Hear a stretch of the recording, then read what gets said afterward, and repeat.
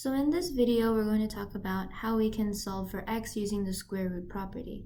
And it's pretty straightforward. So let's look at part A, and it says x squared equals 64. So essentially what we do is we just take the square root of both sides.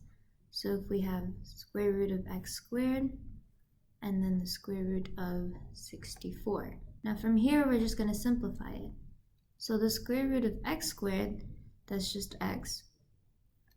And then when we take the square root of 64, we're going to have a plus or minus 8. And that's because if we have 8 squared, that gives us 64. But we also have negative 8 squared, which also gives us a positive 64. And then for part B, we're going to do the same thing.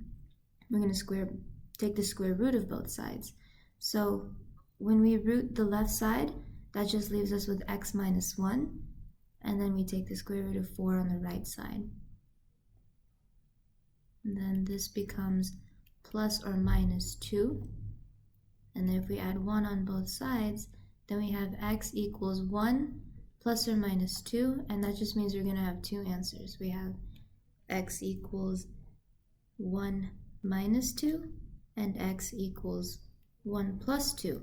So x is either going to be negative 1 or 3.